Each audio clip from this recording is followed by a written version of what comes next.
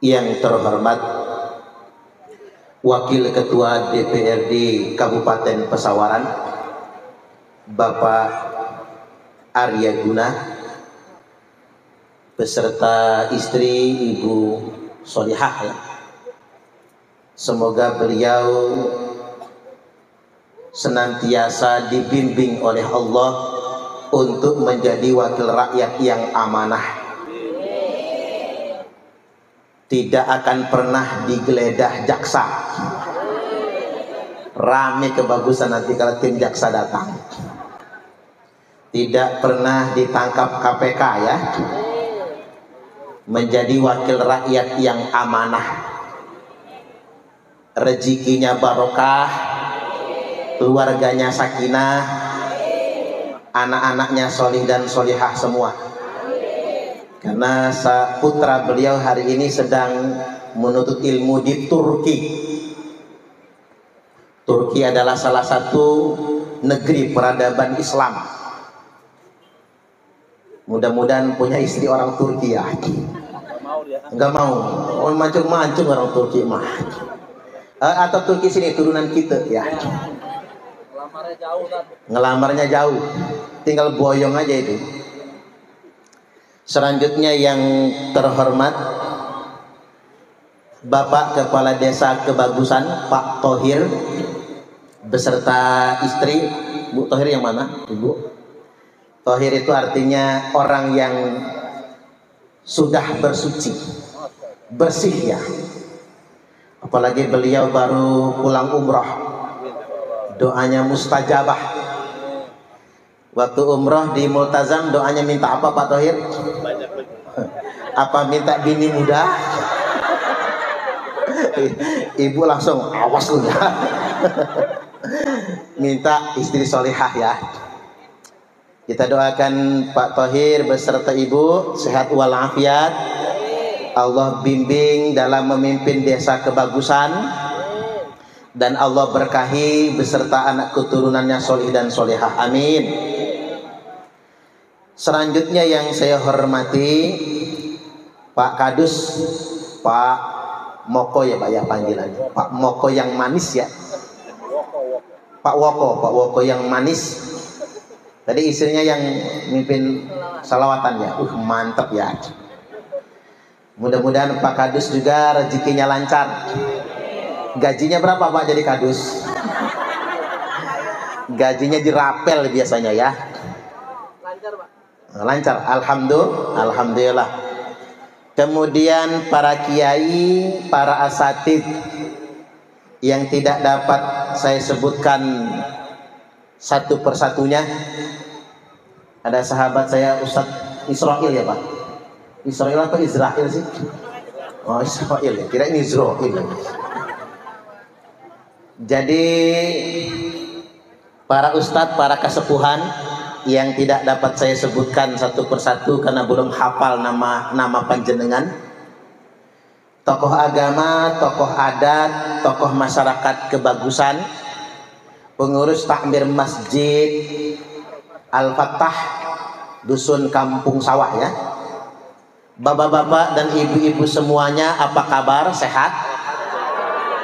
Alhamdulillahirabbil alamin. Hadirin wal hadirat, Bapak Ibu hadirin wal hadirat rahimakumullah. Hari ini tema kita membangun keluarga sakinah untuk kebahagiaan dunia dan akhirat. Halo? Kita sering nyebutnya sakinah, mawaddah, warahmah. Nyebutnya gampang, apalagi nyingkatnya. Kita bikin akronim Samara. Jangan samawa, salah ya. Jadi kalau samawa, wa-nya itu atof. Atof itu apa? Huruf sambung. Dan kalau dalam bahasa Indonesia sakinah, mawadah, dan rahmah. Jadi dannya itu jangan dijadikan singkatan. Sakinah sa, mawadah ma, dan rahmah ra. Jadi singkatannya samara. Kalau samawa, sama-sama WA. Istri sibuk WA, suami sibuk WA. Nggak jadi sakinah mawaddah warahmahnya. Jadi mulai sekarang kalau kondangan, ngedoanya semoga samara. Jangan samawa lagi ya. Salah singkatannya itu. Enak kita nyebutnya sakinah mawaddah dan rahmah. Kita nyikatnya jadi samara, tapi tak mudah untuk mewujudkannya. Ini kira-kira Bapak Ibu udah setua ini sudah sakinah belum? Sudah sakinah belum? Pakai insya Allah. Berarti sengsara itu berarti. Mau jawab enggak enak gitu. Mau jawab udah sakinah, kayaknya bohong amat ya. Udahlah, insya Allah aja. Yang pertama, untuk menciptakan keluarga yang sakinah itu tentunya jaga sholat. Jangan yang muluk-muluk. Sholat yang nomor satu. Saya yakinkan Bapak Ibu tidak akan pernah bahagia rumah tangga yang suami istri nggak jaga sholat. Carilah bahagia, karena bahagia bukan sebuah kreasi. Bahagia tidak bisa kita dapat dengan wisata ke pantai. Bahagia tidak bisa kita dapat dengan jalan-jalan ke mall. Bahagia adalah rasa. Rasa yang dianugerahkan Allah kepada kita. Kalau kata orang, trickle down effect. Tahu artinya nggak Bu? Pokoknya begitu aja pokoknya. Bahagia itu jatuh dari langit. Bahagia itu anugerah dari Allah. Maka syarat untuk sakinah mawaddah warahmah yang nomor satu, jaga sholat. Sesuai dengan hadis qudsi, Allah subhanahu wa ta'ala telah berfirman, tafarragh li'ibadati, lapangkan sholat, jaga, lapangkan waktu untuk beribadah kepadaku, kata Allah. Jaga sholat. Amla'u sodroka ghinan, ku penuhi dadamu dengan kekayaan. Halo? Kan unik ini Bu. Jaga sholat, ku penuhi dadamu dengan kekayaan. Ternyata kaya itu di sini. Kaya itu di dada. Kaya itu soal rasa, bukan soal harta. Bu, nggak usah ngeliatin kipas yang dipindahin. Lihat aja ke sini. Kaya itu soal rasa, bukan harta. Betapa banyak orang yang katanya kaya harta, tapi miskin rasa. Tidak sedikit orang yang kelihatannya miskin harta, tapi kaya rasa. Kaya itu di sini. Makanya hadis qudsi ini mengatakan, tidak mengatakan begini, jaga sholat, nanti rumahmu penuh dengan perabotan. Tidak. Jaga sholat, nanti lemarimu penuh dengan tupperware. Tidak. Jaga sholat, nanti lemarimu penuh dengan simpanan perhiasan. Tidak juga. Jaga sholat, nanti kebunmu dilebarkan. Tidak. Tapi jaga sholat. Amla'u sodroka ghinan, ku penuhi dadamu dengan kekayaan.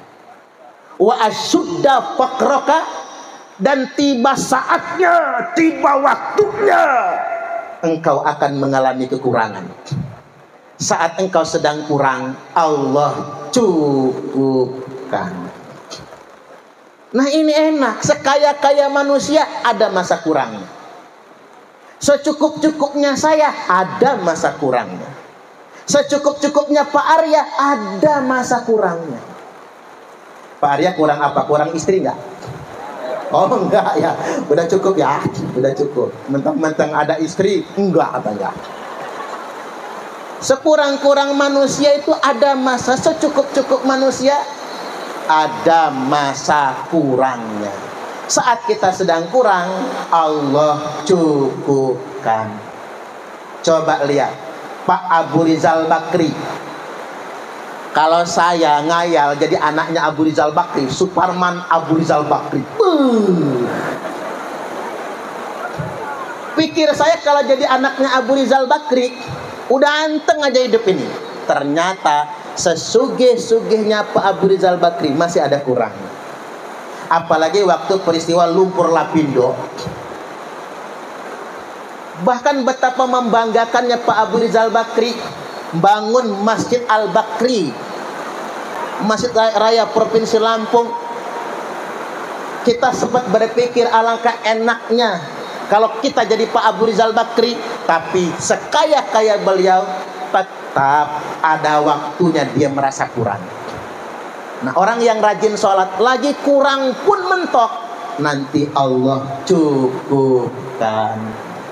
Wa ilam taf'al, tapi kalau engkau enggak jaga sholat, alias sholat zuhur mepet asar, jangan sampai kayak kata orang sholat zuhur mepet asar, asarnya numbur maghrib, maghribnya mentok isya, isaknya ketiduran, subuhnya kesiangan. Ada bapak-bapak niat sholat subuhnya usolli fardhos subhi rakaataini mustaqbilal qiblati kodoan lillahi ta'ala. Lalu kodoan Pak jam 8 sholat subuhnya. Yang aneh niat istrinya, apa kata istrinya? Usolli fardhos subhi rakaataini mustaqbilal qiblati, kesiangan lan kawanan lillahi ta'ala. Lo kok kesiangan, kawanan? Kata istrinya sholat jam 10, pantesan kawanan. Yang lebih hebring anaknya, apa kata anaknya? Usalli fardhos subhi wal zuhri wal asri wal maghribi wal isya'i qoroyoan, oplosan lillahi ta'ala. Hancur sholat di oplos. Orang kota lebih lagi, subuh maraton, zuhur ke salon, asar main badminton, maghrib mainin handphone, isya nonton sinetron, mati kena smackdown malaikat Israel. Ya jajal aja kalau nggak sholat, mati di smackdown, betul itu. Oh iya, saya jadi ingat ini. Kita mengalami duka ya Pak, yakni anaknya Pak Nasib ya, yakni Noval Hilario bin Nasib mengalami musibah kecelakaan. Mudah-mudahan Allah ampuni semua dosa-dosanya, karena mati kecelakaan, matinya mati syahid ya. Allahumma ighfir lahu warhamhu wa'afihi wa'fu anhu wa akrim nuzulahu wasi' madkhalahu ghafarallahu lahul Fatihah. Auzubillahi minasyaitonir rajim. Iyyaka na'budu shiratal ladzina an'amta 'alaihim. Mudah-mudahan doa kita dikabulkan. Apalagi katanya ibunya almarhum ini tadinya mestinya tugas ya, tugas panitia kan, tapi karena musibah, sekali lagi ingat itu ajal. Jangan pakai ujung ngomongnya itu. Kita ini sering pakai ujung. Coba jangan naik motor. Ini pakai ujung nggak boleh. Coba jangan lewat sana. Kata-kata itu jangan diucapkan, karena kematian itu pasti. Nggak bisa kita tolak. Caranya sudah Allah tentukan. Wa ma tadri nafsum madza taksibu godan. Bapak-bapak, ibu-ibu, monggo kersane. Berencana besok mau ngapain? Hayu, silakan. Besok mau ngapain aja berencana sekarang. Sore ini, malam ini bikin daftar rencana. Tapi ingat, tak ada seorang pun tahu apa yang pasti akan terjadi esok hari. Apa yang akan dia kerjakan esok hari, nggak ada yang tahu.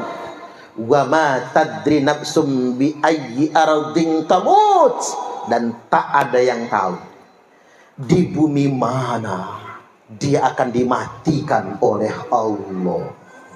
Nggak ada yang tahu. Entah mati kecelakaan atau mati apapun, semua atas takdir kehendak dari Allah. Makanya kita kudu ngaji untuk mempersiapkan diri. Apalagi yang sudah dapat tanda-tanda. Tanda-tanda ajal itu, kalau 100 hari lagi mau mati, terjadi menggigil campur kesemutan dari ubun-ubun sampai ujung kaki.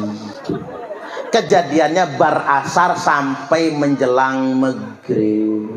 Nanti habis asaran dong, kalau ada yang menggigil campur kesemutan, hitung 100 hari mati itu ya. Siap-siap aja, siap-siap. Ini Imam Al-Ghazali. Nah, tapi kalau sudah mendekati tinggal 40 hari lagi, kedutan udalnya dut. Mengapa udalnya kedutan? Karena ada pohon ajal. Di pohon itu ada daun yang bertuliskan nama kita. Kalau daun itu sudah potel, langsung kedutan ke sini. Umurnya tinggal 40 hari ke depan. Maka umpama nih di pohon ajal itu ada daun yang bertuliskan Tohir misalnya. Umpama, jangan diaminin. Umpama. Begitu daun itu jatuh, langsung Pak, kedutan di sini. Kalau sudah kedutan 40 hari, hitung aja 40 hari. Makanya ada istilah sudah masuk 40 hari. Yang namanya ajal Allah yang tentukan, waktunya kalau sudah datang tak bisa diundur. Kalaupun sangat kita inginkan pun tidak bisa kita majukan. Jadi ini sekali lagi musibah yang dialami oleh keponakan kita, Noval Hilario. Mudah-mudahan sekali lagi Allah lapangkan kuburnya. Allahumma amin, amin ya rabbal alamin. Jadi yang pertama Bapak Ibu, jaga sholat. Kalau kita menjaga sholat, mudah-mudahan hidup kita bahagia dunia sampai akhirat. Allahumma amin, amin ya rabbal alamin. 2, untuk mendapatkan keluarga yang sakinah, mawaddah warahmah, mesti 1 punya suami yang soleh, 2 punya istri yang solihah. Ini ketentuannya. Suami istri kudu solih dan solihah. Jangan anak dulu yang dituntut. Orang tua kepengen punya anak yang soleh dan solihah, dia lupa kalau anak nurun orang tua. Kata orang Arab, ma fil aba fil abna, apa yang ada pada bapaknya, emak ibunya, emak bapaknya, fil abna, nurun juga ke anaknya. Makanya orang Jawa nyaut, apa kata orang Jawa? Nek bapak kalong, anak kampret. Nek bapak nyolong, anak nyopet. Buah jatuh nggak jauh dari pohon. Kalau bapak kencing berdiri, anak kencing berlari. Kalau bapak kencing berlari, anaknya ngencingi bapaknya sendiri. Hati-hati dengan pendidikan. Arahkan anak-anak dengan pendidikan yang terbaik. Karena mengapa? Al-mar'atu madrasatul ula. Ibu-ibu ini sekolah pertama buat anak-anak. Jadi kalau anak nakal, yang salah bukan TPA, yang salah bukan TPQ, yang salah bukan pesantren, yang salah bukan guru ngaji, yang salah bukan guru di sekolah. Karena yang sangat mempengaruhi anak-anak kita adalah orang tua. Maka dari itu mak bapaknya mesti soleh dan solihah. Makanya ada hadis bunyinya begini, arba'un min sa'adatil mar'i, 4 indikator kebahagiaan manusia di dunia ini, minimal di dunia, nambah di akhirat nanti. Apa itu? 1, angtakuna zaujatuhu solihatan, hendaklah istrinya solehah. Kalau suaminya solih. Wa auladuhu abrara, anak-anaknya bakti semua. Itu 2. Yang ketiga, wa khulata'uhu sholihin, tetangga-tetangganya baik semua. Di kebagusan ini tetangganya baik nggak? Coba kalau punya tetangga nggak baik, ribut kan? Ributlah Kiai Mim sama Sahara. Nonton beritanya nggak sih? Nonton ya, nggak enak. Kalau tetanggaan nggak akur, nggak enak. Maka kalau pengen bahagia, hidup bertetangga harus akur. Di RT akur, di kedusunan akur, di desa kebagusan akur. Coba kalau kita punya tetangga nggak baik, pengen cepet-cepet pindah kan? Pengen cepet-cepet pindah, pekarangan dijual, rumah kemudian dijual, nggak bahagia hidup kita. Walaupun laki bini akur, kalau tetangganya nggak baik, kita pengen cepet pindah. Karena ini ketentuan yang sedemikian rupa. Wa ayyakuna rizquhu fi baladi. Dan yang keempat, indikator bahagia itu hendaklah ngais rezeki, nompor rezeki dari negerinya sendiri. Walaupun gajinya mahal, kalau harus ngambil ke negeri orang, belum tentu bahagia. Gini penggih. Ya tanya sama Bu Solihah. Bapaknya kan dulu ke Arab Saudi, bapaknya ke Arab Saudi. Nggak enak merantau jauh itu. Laki-laki aja merantau jauh nggak enak. Untung bapak nggak kepincut wanita Arab. Tapi kok Mbak Solihah tuh mirip orang Arab ya? Jangan-jangan ya? Apa orang Arab beneran ya? Oh, Arab nangendi ya? Ya kan, coba bapak-bapak jajal pak, merantau jauh ke negeri orang. Walaupun gaji besar tetap nggak enak kan? Gini mungkin. Walaupun dikit, kalau di negeri kita sendiri enak. Apalagi emak-emak. Bapak-bapak aja merantau ke Hong Kong, Taiwan, Malaysia, Singapura, Arab Saudi ndak enak. Apalagi emak-emak. Jangan merantau dari kebagusan ke luar negeri, dapat majikan ke Anji, kelar hidup lo. Jangan macam-macam. Iya kan? Makanya bahagia itu udahlah Bu, nggak usah berlebih-lebihan. Yang penting cukup makan, cocok atau cocok? Suami istri akur, nggak berjauhan, anak-anak bisa kita himpun. Mudah-mudahan kita bahagia dunia sampai akhirat. Jadi balik lagi, indikator pertama harus tapi wa antakuna zaujatuhu solihatan, harus punya istri yang solihah. Kebahagiaan sejatinya para suami itu bukan punya mobil mewah, bukan punya motor sport, bukan punya sepeda yang lagi ngetren, bukan karena punya kebun yang lebar. Kebahagiaan sejati para suami adalah punya istri yang solihah. Bu, ibu-ibu ini paling gampang masuk surga, paling gampang masuk neraka. Ibu-ibu kalau pengen masuk surga taat manut suami. Tapi kalau pengen masuk neraka gampang Bu, ngelawan sama suami. Suami lagi tidur Bu, sepak palanya. Gratis masuk nerakanya. Gampang. Wanita itu indikator masuk surganya sederhana. Satu, taat suami. Makanya kalau ditanya yang duluan masuk surga, bapak-bapak atau ibu-ibu? Yang duluan masuk surga bapak-bapak apa ibu-ibu? Ibu-ibu.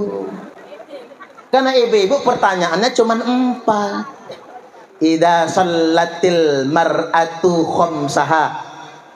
Perempuan tuh kalau sudah sholat 5 waktu, wa shamat sahroha, puasa Ramadan penuh 1 bulan, ada utang dibayar, kemudian wa hafizat farjaha, nutup aurat, wa ataat zaujaha, dan taat suami, udah masuk surga. Nanti di akhirat ibu-ibu pertanyaannya cuma 4. 1 sholat, 2 puasa, 3 aurat, 4 taat. Coba saya pengen mewakili malaikat dulu ini. Bu, sudah sholat 5 waktu? Sudah. Ramadan puasa? Puasa. Auratnya ditutup? Tutup. Sama suami taat? Taat. Yang insya Allah bohong loh. Taat ya Bu?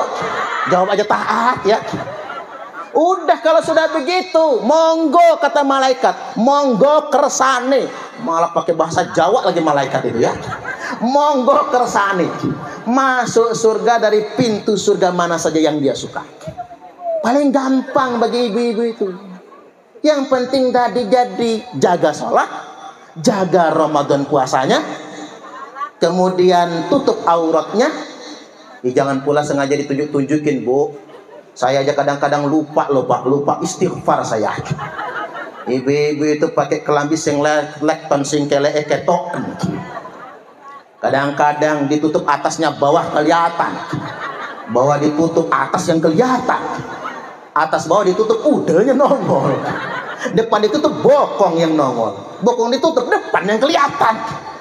Ya kita sebagai kaum laki-laki ini, Bu, daripada ditutup separuh-separuh, mending semuanya aja enggak. Namanya mata laki-laki. Ya dosa dikitan jenengan juga tambah dosa. Maka jaga auratnya dan taat suaminya. Tapi begini, jangan hanya nuntut istri untuk taat, suami juga kudu soleh. Coba ini punya hadisnya begini. Betul ya, Bu? Sekarang kita menangin dulu emak-emak ini, Pak. Sahabat nanya, apa hak seorang istri kepada suami? Atau kewajiban suami kepada istri? Jawab Nabi, 1, ayyut imaha idza ta'ima wa ajak suwaha idak tasah. Kasih istri makan, untung kalimatnya idza ta'ima. Wa ayak suwaha, kasih istri pakaian, idak tasah, untung kalimatnya begitu apa? Ya tentunya ngasih makan, beliin pakaian sesuai dengan kemampuan suami. Jangan maksa. Walaupun kalau bisa pakaian istri itu lebih baik daripada pakaian suami.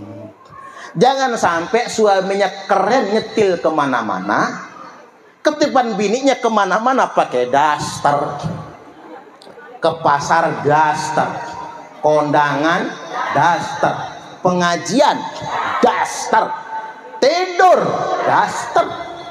Mending waktu tidur daster yang dipakai daster yang benar. Ini daster yang habis masak tadi pagi, ngulek sambal terasi nggak cuci tangan, dikual-kual di bajunya, itu yang dia bawa tidur. Begitu suami ikutan tidur kok bawa terasi ya. Ketiban ngeliat bininya matanya udah belean, hidungnya upilan, giginya jigongan, ngiler pula. Ya pantas kalau kayak gitu, Pak, rumput tetangga lebih hijau. Saya sarankan buat bapak-bapak, belikan pakaian terbaik buat istri, agar rumput tetangga tidak lebih hijau. Dandani istri sendiri. Setuju nggak, Bu? Kalau pengen istri secantik Asanti, belikan bedak Asanti. Betul nggak kira-kira? Kalau pengen istri secantik Sahrini, belikan lipstiknya Sahrini. Sahrini apa Sahroni kira-kira ya? Hadirin wal hadirat Bapak Ibu, karena itu penting, walaupun sesuai dengan kemampuan suami. Tapi saya juga heran sama ibu-ibu ini. Apa bedanya laki-laki dan perempuan? Kalau laki-laki itu, Bu, punya batik cuman 1. Tiap minggu itu aja yang dipakai kondangan, nggak apa-apa aja. Ya nggak apa kira-kira. Kita mah batik cuman itu aja, pengajian itu yang dipakai, kondangan itu yang dipakai. Sampai 3 tahun nggak ganti-ganti, nggak masalah. Sampai ada bapak-bapak menjahit baju batik yang warnanya warna muslimat. Batiknya batik muslimat, itu kata saya muslimat cabang muslimin itu namanya. Sampai sakingnya ya. Nah kalau emak-emak ini diajak kondangan, yuk mah minggu besok kita kondangan. Nggak punya baju, Pah. Begitu dibuka lemari penuh baju semua. Ternyata emak-emak ini kalau sudah dipakai kondangan hari ini, minggu depan kalau mau dipakai lagi malu. Padahal nggak ada lah yang ngeliatin dia itu. Cuma emak-emak aja pengen gonta-ganti baju. Makanya ingat, Bu, sesuaikan dengan kemampuan suami. Kemudian yang berikutnya, wala yadribil wajha. Tidak boleh nabok muka. Halo. Istri yang sering ditabokin suami ngaco. Jangan Bu, ditabok lagi nanti. Jangan. Nggak boleh. Suami yang baik itu nggak boleh. Jadi nggak boleh memukul wajah. Wala yuqabbih, tidak boleh menghina istri. Karena begini Bapak Ibu, saya kasih tahu kali bapak-bapak, wanita dimanapun paling senang dipuji suaminya. Betul nggak kira-kira? Bahaya Pak, istri yang tidak pernah dipuji suami akan sangat berbahaya ketika dipuji suami tetangga. Bahaya itu. Hati-hati bapak-bapak, laki-laki yang rajin mencium istrinya relatif lebih panjang umur jika dibandingkan dengan laki-laki yang mencium istri tetangganya. Jajal kalau nggak percaya, dibacok orang kita. Saya mau membacakan hadis ini biar bapak-bapak di kebagusan ini sadar semua. Akmalul mu'minina imanan ahsanuhum khuluqa. Orang mukmin yang paling sempurna imannya adalah yang paling baik akhlaknya. Ingat, ukuran orang beriman itu bukan peci, bukan imamah, bukan jubah, bukan sarung, bukan janggut, bukan penampilan, tapi kelakuan, akhlak. Makanya jangan tertipu dengan penampilan Bapak Ibu. Apa kata orang di media sosial? Dari mana datangnya cinta? Dari TikTok turun ke WA. Dari mana datangnya kecewa? Pas ketemuan mukanya beda. Di TikTok glowing banget Pak, begitu ketemuan burik taunya. Di TikTok udah kayak gadis, begitu ketemuan nenek-nenek. Banyak orang ketipu. Makanya jangan tertipu oleh penampilan. Zaman sekarang semua bisa dikamuflase. Maka ciri orang beriman itu akhlak. Dan hadis ini kan nggak potong sampai situ, ngelanjut. Wa khiyarukum linisaihim khuluqa. Dan manusia terpilih itu adalah suami yang paling baik dengan istrinya. Bu, bapak-bapak baik nggak Bu? Hebat ibu-ibu, pintar menutupi aib suaminya. Padahal jahat pengen ngejawabnya. Jadi mohon maaf kalau saya nih ramah sama ibu-ibu, wajar dong Bu. Saya penceramah. Penceramah nggak ramah nggak diundang orang, ya Pak ya. Saya sodorkan foto banyak betul sama Pak Arya untuk ditempel di banner, tapi dipilih yang paling ramah. Saya ketawa sampai gigi saya kelihatan. Saya tahulah mengapa Pak Arya pilih foto itu. Karena itu mungkin bagi Pak Arya foto yang paling ramah. Karena penceramah nggak ramah, nggak diundang orang. Jajal kita ngundang penceramah, udah datangnya telat, makan pengen enak, rokok pengen banyak, ceramah marah-marah, salonnya jelek, lempar jamaah, nggak diundang orang lagi. Sudah wayanya penceramah harus ramah. Pak Arya ramah, wajar anggota dewan. Pak Arya nggak ramah, jangan dicoblos lagi. Ya Pak ya. Pak Arya ramah wajar. Itulah yang membuat beliau 3 periode jadi anggota DPRD, karena ramah lomen sama masyarakat. Low profile, gaul sama masyarakat, duduk bersama masyarakat. Coba kalau beliau tutup pintu, tutup kaca mobil, nggak ramah, nggak akan dipilih lagi. Ya Pak ya. Pedagang ramah wajar, dagangan pengen laku. Jajal pedagang nggak ramah, bangkrut dia. Apalagi mohon maaf Bu, yang dagang-dagang jangan sekali-kali di toko ditulis dilarang ngutang. Yang gak usah ditulis juga kali Bu. Karena kalau ditulis kayak gitu itu nggak bersahabat. Kalau ada yang mau ngutang tinggal omongin aja, maaf nggak bisa ngutangin, modalnya kecil. Lihat Indomaret, Alfamart kan nggak ada tulisan dilarang ngebon. Tapi salah kita juga sih, kita ini sekilit. Lagi nggak punya gula kopi, ngutang ke warung tetangga. Begitu dapat duit, jajan ke Indomaret. Ada yang kayak gitu? Yang mana orangnya? Ih, nyebelin banget tuh orang. Ya bangkrut warung tetangga kan. Gara-gara kita. Sunnahnya itu kan beli itu ke warung tetangga. Kalau tetangga kita sugih gara-gara kita beli di sana, entah dia juga akan nolong kita kok. Ya ya. Kalau Indomaret mah punya orang di pusat, kita nggak tahu siapa yang punya. Makanya Bapak Ibu, jangan sampai hanya selisih 500 perak kita melengkahi warung tetangga sendiri, jangan sampai. Nah, kita pun harus punya hukum bisnis dong. Orang Cina kaya karena apa? Satu, dia ramah kalau jualan. Yang kedua, orang Cina itu untung dikit nggak apa-apa, yang penting muter. Lah kita baru buka toko pengen untung berlipat-lipat. Wajar kalau bangkrut. Udah judes pula, nggak kena. Jadi ustadz ramah wajar, pedagang ramah wajar, anggota dewan ramah wajar. Tapi kalau bapak-bapak ramah sama istri, itu yang luar biasa. Mama, ada apa papa? Iya, merikirin mama. Lenggah mama. Enten nopo atau papa? Istri deg-degan nih, jangan-jangan minta izin kawin lagi nih. Istri udah deg-degan pak, bikin kejutan. Rogoh kantong kanan, tarik duit 15 juta, banting, jelegar. Ini uang apa papa? Ini uang belanja mama. Beli beras, bayar listrik, ongkos anak sekolah, uang arisan, cicilan kulkas, cicilan motor. Kira-kira cukup mama? Ya kayaknya nyisa papa.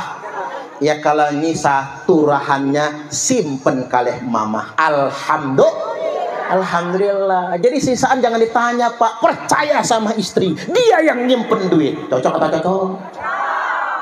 Begitu bini ngekep duit 15 juta mau nyimpen ke kamar, nanti dulu mama, masih ada yang kurang. Rogoh lagi kantong kiri pak, ambil lagi 15 juta, jeleger. Ini apa lagi papa? Ini bonus untuk mama. Capek mama ngangkang, pelacur aja dibayar loh bu. Nggak salah sama istri 15 juta. Berangkat ke pasar mama, jangan pulang kalau nggak habis. 15 juta uang belanja, 15 juta bonusnya 30 juta. Mau nggak bu? Mimpi sampai jedut langit lah bu. Tapi kalau ada yang nggak apa-apa pak, kalau ada yang nggak apa-apa. Jadi suami yang terbaik itu jangan diukur saat dia berkomunikasi sama orang. Orang mah jaim, kalau depan orang banyak jaim. Apalagi tuh, untung pembawa acaranya kabur sebentar.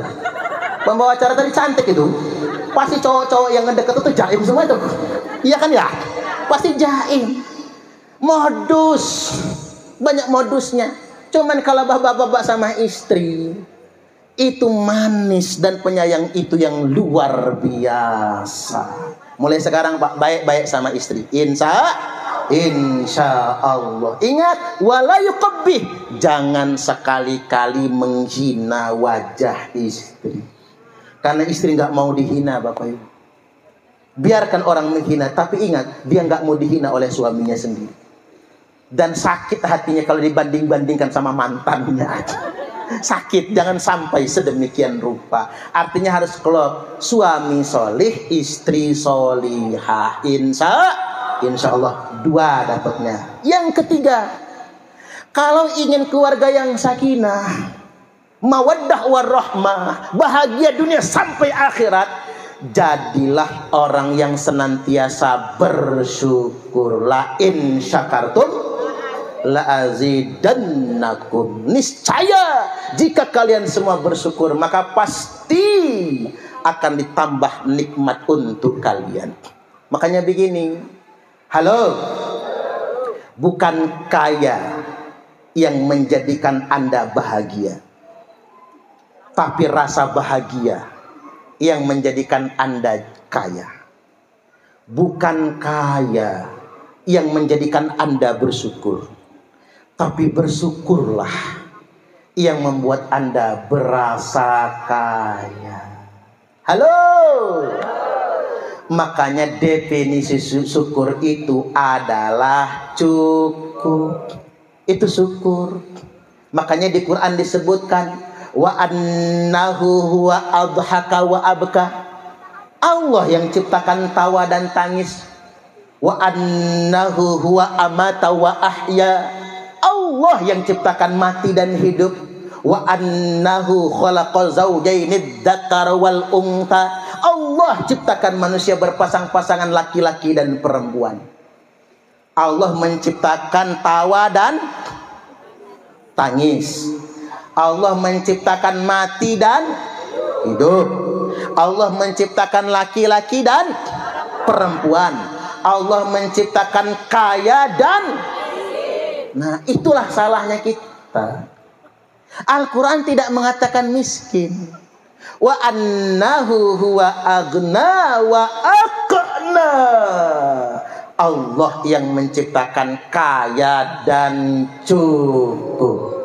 Karena masalah hidup manusia bukan tidak kaya, tapi masalah hidup manusia tidak cukup. Iya Pak ya? Coba Nabi doanya begini, Allahumma ahyini miskinan wa amitni miskinan wahsurni fi zumratil masakini yaumal qiyamah. Ini doa Nabi loh. Ya Allah, hidupkan saya dalam keadaan miskin, matikan saya dalam keadaan miskin, bangkitkan saya pada hari kiamat nanti bersama rombongan orang miskin. Mau nggak Bapak Ibu mengamalkan doa ini? Mau? Kalau saya nggak mau saya. Ngapunten, nggak mau saya. Masa melarat, nggak maulah saya.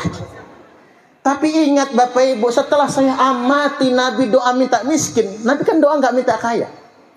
Miskin di sini definisinya bukan melarat, bukan fakir. Karena kalau fakir beda, melarat itu fakir. Kadal fakru ayyakuna kufran, hampir-hampir saja kemelaratan, kefakiran itu membuat orang jatuh kepada kekufuran. Miskin itu bukan fakir. Miskin itu bukan melarat. Melarat itu begini Bapak Ibu, selalu merasa kurang. Miskin itu asal katanya sakana. Sakana itu artinya apa? Cukup, tenang. Makanya miskin sama sakinah sama. Panjenengan kalau pengen sakinah, maka hidupnya harus miskin. Miskin itu artinya tenang, gak banyak keinginan, apa adanya. Itu yang terpenting. Gak panjang hayalan. Walaupun hidup sederhana, rumah masih gedek geribik, lantai masih tanah, gak ngayal. Hidup jangan ngitung jikalau. Boleh berharap burung yang terbang tinggi, tapi punai di tangan jangan dulu dilepas. Lebih baik makan singkong kenyataan daripada makan roti tapi ngimpi. Ada nggak sih orang pengen kaya tanpa usaha? Ada nggak? Kaya tapi nggak usaha, hidup ngitung jikalau. Ada wiridan, kalau jenengan mau mengamalkan tak ijazahkan ini. Wirid kaya tanpa harus kerja, tapi harus dihafal, nggak boleh dicatat. Mangan turu ngopi ngerokok duit teko ora kerja. Mangan turu ngopi ngerokok duit teko ora kerja. Mangan turu ngopi ngerokok duit teko ora kerja. Mangan turu ngopi ngerokok duit teko ora kerja. Mangan turu ngopi ngerokok duit teko ora kerja. Mangan turu ngopi ngerokok duit teko ora kerja. Ngedan. Ya hanya orang gila yang begitu. Akhirnya karena pengen kaya mendadak, kerjaannya apa? Judi online. Gara-gara judi online, berharap untung gede, padahal malah bangkrut, malah jebol. Rumah kegade, pekarangan kejual, bini juga kabur. Ada yang kayak gitu? Banyak. Rusak hidup kita karena ngitung jikalau. Itu yang disebut dengan melarat. Kata miskin dalam doa Nabi itu cukup. Coba, halo. Karena ada orangnya. Kita nonton pro ketipu. Orang kalau lihat Pak Arya Guna dan Bu Solihah kan namanya Bu Solihah ya Bu? Bu Solihah. Perasaan kalau kita ngelihat dari luar, hidupnya sangat bahagia. Betul nggak kira-kira? Suaminya anggota dewan, 3 periode, istrinya ASN, aparatur sipil negara. Suaminya ganteng kayak Arjuna, istrinya cantik kayak Arjuna. Itu apa pasangannya ya? Oh, Sri Kandi tuh. Jadi cukup. Kondisi Pak Arya itu miskin dalam pengertian cukup, nggak banyak keinginan. Saya tadi berbahagia karena saya sahabat beliau. Jadi saya bahagia mendengarkan obrolan beliau. Saya ini Pak Ustadz hanya jadi anggota dewan, hanya dapat gaji jadi anggota dewan, berusaha untuk menjadi wakil rakyat yang baik. Istri sebagai ASN, nggak banyak keinginan. Nanti kalau nggak jadi anggota dewan lagi, harapannya karena lagi kuliah S3, pengen jadi dosen nantinya. Mudah-mudahan terwujud. Allahumma amin. Nah, saya suka yang begitu. Daripada Pak Arya mikirnya begini, hawa. Udah jadi anggota dewan, mumpung jadi anggota dewan nih, tambang mana yang mau digarap nih, proyek mana yang mau digarap. Bahaya Bu Solihah. Kalau Pak Arya sudah mikirin proyek, nanti begitu mikirin proyek banyak cewek-cewek seksi yang nempel. Itu yang banyak orang jadi rusak Bapak Ibu. Nggak bisa pakai baju, nggak bisa pakai sepatu, akhirnya lupa diri. Makanya kadang-kadang itu nggak pantas pakaian yang digunakannya, karena jadi lupa diri.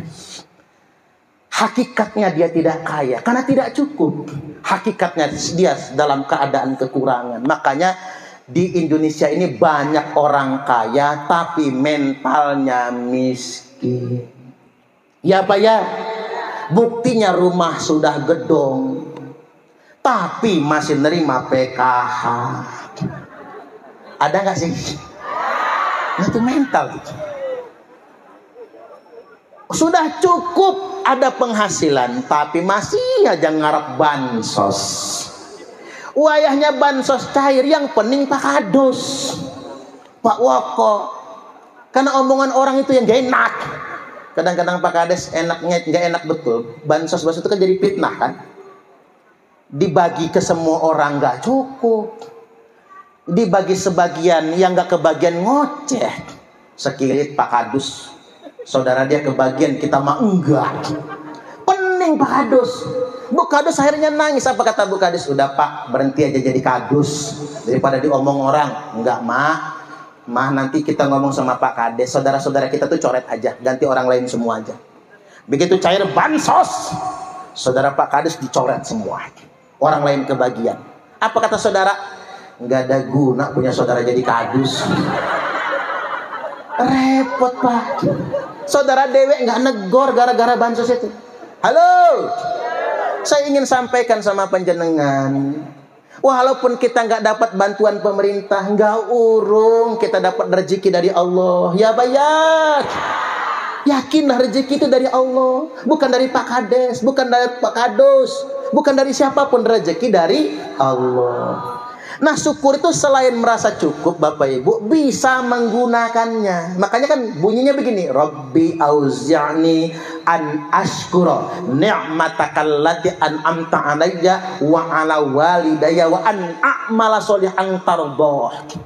Yang namanya syukur itu minta bimbingan kali Gusti Allah. Mudah-mudahan kita bisa menggunakan nikmat itu untuk kebaikan. Halo. Coba kita perhatikan Arab Saudi. Arab Saudi itu gunungnya aja warnanya coklat. Mengapa gunungnya warnanya coklat? Nggak ada pohon. Kalau kita mah gunungnya hijau, udah jauh dari kebiruan. Gunungnya warna coklat. Kita numpak mobil saking Madinah sampai ke Mekah, padang pasir semua. Nggak ada sawah di sana. Nggak ada kebun sawit. Nggak ada kebun karet, paling banter kurma. Tapi mengapa di Arab Saudi itu bayar pajaknya murah, pembangunannya lancar? Saya sempat mikir, Indonesia ini negeri yang kaya, apa ada yang salah? Negerinya kaya, pajak berlipat-lipat. Di mana bumi dipijak, di situ rakyat dipajak. Iya Pak ya. Di mana bumi dipijak, di situ rakyat dipajak. Oke, tonggone dewe Singapura. Singapura itu negara kecil. Sawah sejengkal aja nggak punya loh Singapura itu. Tapi harga beras di Singapura lebih murah daripada di Indonesia. Singapura nggak punya kilang minyak, tapi Indonesia beli minyak ke Singapura. Ada yang salah dengan pengelolaan negara kita. Makanya saya cocok betul sama Menteri Keuangan yang baru, Pak Purbaya. Kata Pak Purbaya, harga keekonomian bensin pertalit itu hanya 5.600. Kita beli pertalit berapa? 10.000 kan? Harga keekonomian gas 3 kg itu cuma 14.000 sekian. Beli gas berapa? 25 kan? Jauh. Ada apa dengan Pertamina? Ternyata, ini agak marah nih. Ternyata minyak bumi kita ini disedot, dijual ke Singapura, Bang. Dalam bentuk mentah. Gasnya disedot, dijual ke Singapura. Nah, kita beli jadi ke Singapura.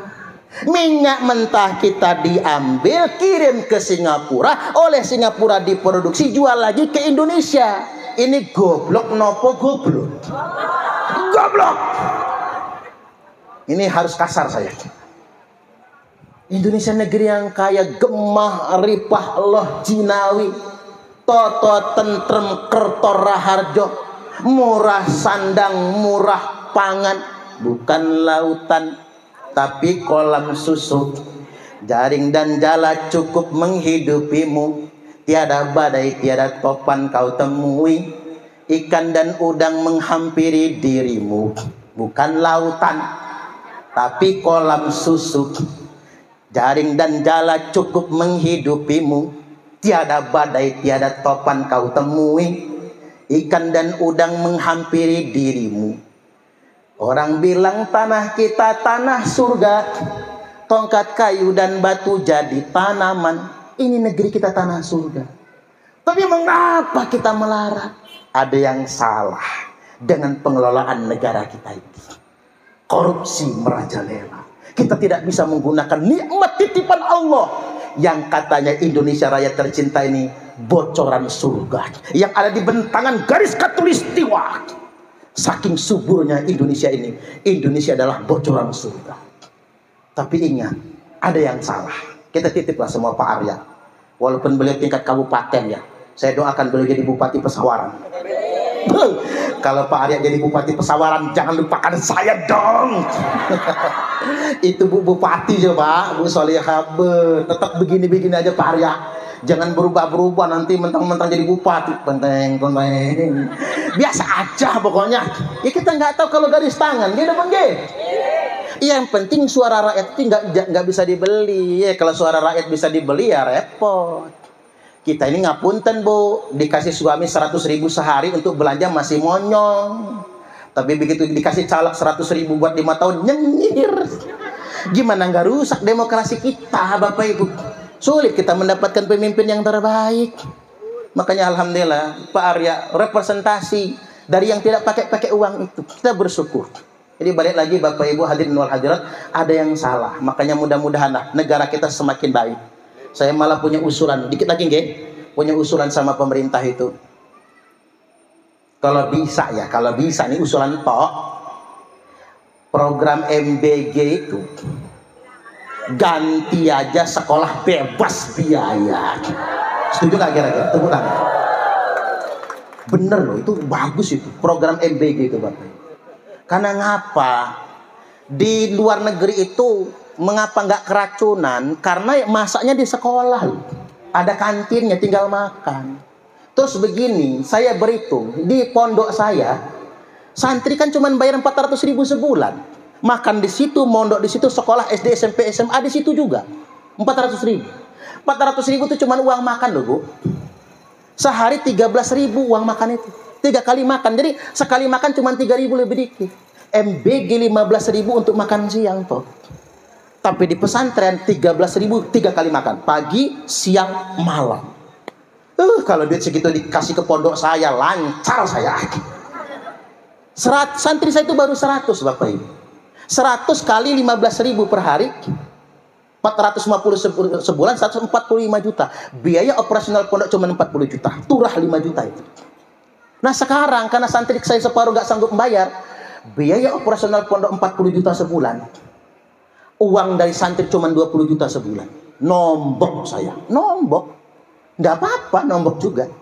Yang penting santri mau mondok. Tapi Allah ganti Bapak Ibu. Saya butuh sekolah SD, SMP, SMA, butuh asrama putri karena yang putra sudah ada. Ada pondok yang dilelang ke saya. Pondok yang nilainya 5 miliar cuman disuruh gantiin 300 juta. Alhamdulillah. SMA-nya aja 3 lantai. Konstruksinya kuat. Besi 16 ulir, takut rontok soalnya. Besi 16 ulir Pak, konstruksi luar biasa itu. Artinya Bapak Ibu, pondok tidak untuk bisnis. Kalau buat bisnis ya bikin toko aja. Tapi saya cuma saran sama pemerintah, sebaiknya, alangkah baiknya Bapak Ibu, diganti program-program yang langsung menyentuh rakyat. Baik, yang terakhir, untuk mendapatkan keluarga yang sakinah mawaddah warahmah, mau nggak mau, jangan lupakan keramat. Ridullah fi ridul walidain. Ridhonya Allah ada pada ridho kedua orang tua. Orang bela-belani ziarah Wali Songo, ngabisin duit berjuta-juta buat ongkos dan oleh-oleh, tapi lupa bakti sama kedua orang tua. Saya yakinkan Bapak Ibu tidak akan pernah bahagia rumah tangga yang kita nggak bakti sama orang tua, dan tidak akan mati anak yang durhaka dengan orang tua sebelum dia merasakan sakit seperti yang dirasakan orang tuanya. Jajal kalau nggak percaya. Ayo anak-anak yang nyakitin emak bapaknya, ayo. Anak-anak yang zalim sama bapak ibunya, ayo. Anak-anak yang abai, mantu yang abai sama moratuone, sampean tidak akan pernah mati sebelum panjenengan merasakan sakit seperti yang dirasakan oleh orang tua. Saya nggak meden-medenin, ini beneran. Maka mumpung nih orang tua masih hidup, minta maaf, minta ampun. Mumpung perlakukan orang tuamu seperti raja, maka rezekimu pun akan seperti rezeki para raja. Tapi awas, kalau engkau memperlakukan orang tuamu seperti pembantu, maka rezekimu pun akan seperti rezeki pembantu. Capek nyarinya, tapi tidak akan pernah cukup selama-lamanya. Baik, itu saja dari saya.